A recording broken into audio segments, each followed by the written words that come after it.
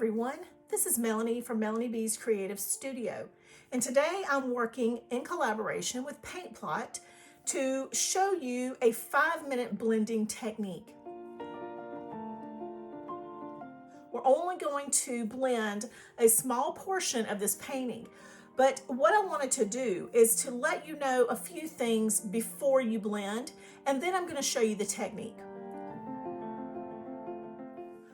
So first of all, before you ever blend your piece, be sure that you view it from at least 3 feet back.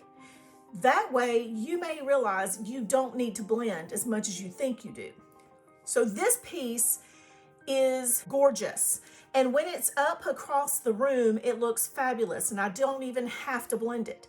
But this sky, if I'm up close, looks patchy, and so I could choose to blend this if I like to, which I'm going to do today for the video. This particular painting is from PaintPlot and it's called Misty Mountain Sunrise, and I've only done the part of the sky just for demonstration purposes. So the first thing you're going to need is obviously your painting, and then you're going to need the reference guide that came with it. This can tell me which paint pots I'm going to need to work in these areas.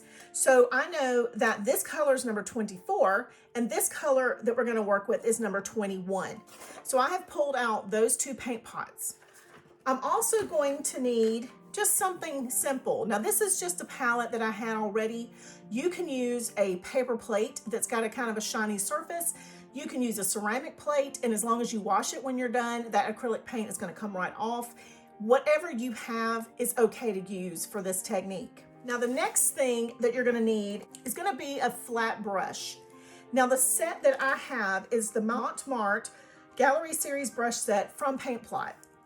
The one I'm going to need out of this set is going to be this flat brush. And I also have a little jar of clean water.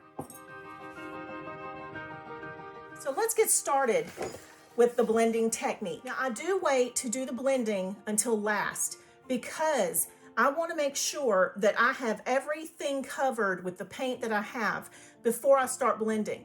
You can use quite a bit of paint when you're blending, so always do the blending step last to ensure that you have enough paint for this particular part of your project. So taking the 2 paint pots that I'm going to need for this blending, I'm going to scoop out a little bit of each one onto my palette. Now I'm going to take this flat brush, and I've already rinsed off any conditioning agent that might have been on there, so it's no longer stiff. It's very flexible. I'm going to take my palette, and I'm going to dip half of my paintbrush into the number 24 and half of my paintbrush into the number 21. So I've loaded my paintbrush with both colors. Now I'm going to come down through the middle of the 2 colors, and I'm going to go back and forth. And what this is going to do is it's going to create another palette for us and give us a mid-tone color for this section. That's what I'm going to use to paint right over the line where these 2 meet. So what this is going to do is a couple of different things all at once. It's going to cover any lines that might be showing. But in addition to that, it's also going to give us a range of blended colors from yellow to peach. And that is going to cover that line with a variant of colors between them.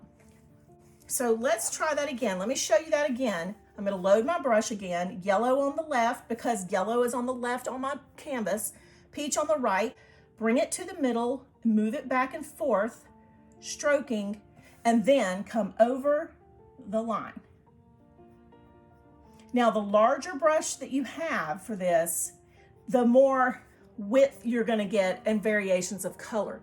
I'm just using this small brush today, but you could always later pick up some wide chisel brushes.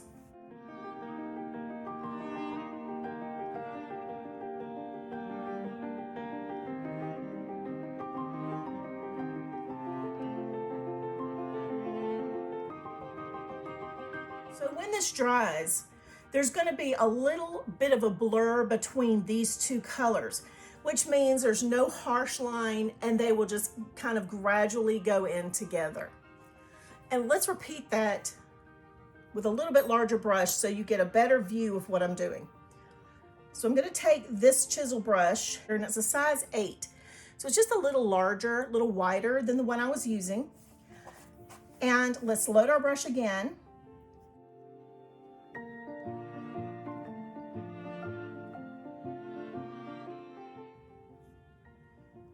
And you can see that this gives us a little more width and gives us more of the colors that are variations between the yellow and the peach.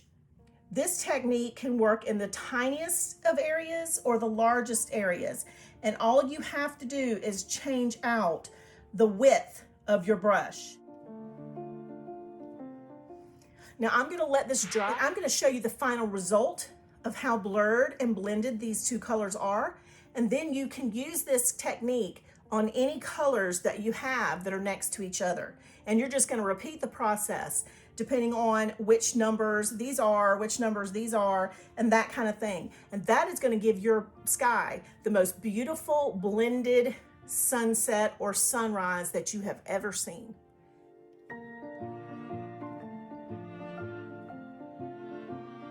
I hope you guys have found this to be helpful. If you'd like to see more of this kind of thing, you can check out my YouTube channel at Melanie B's Creative Studio. I really appreciate you watching, and I will see you back soon.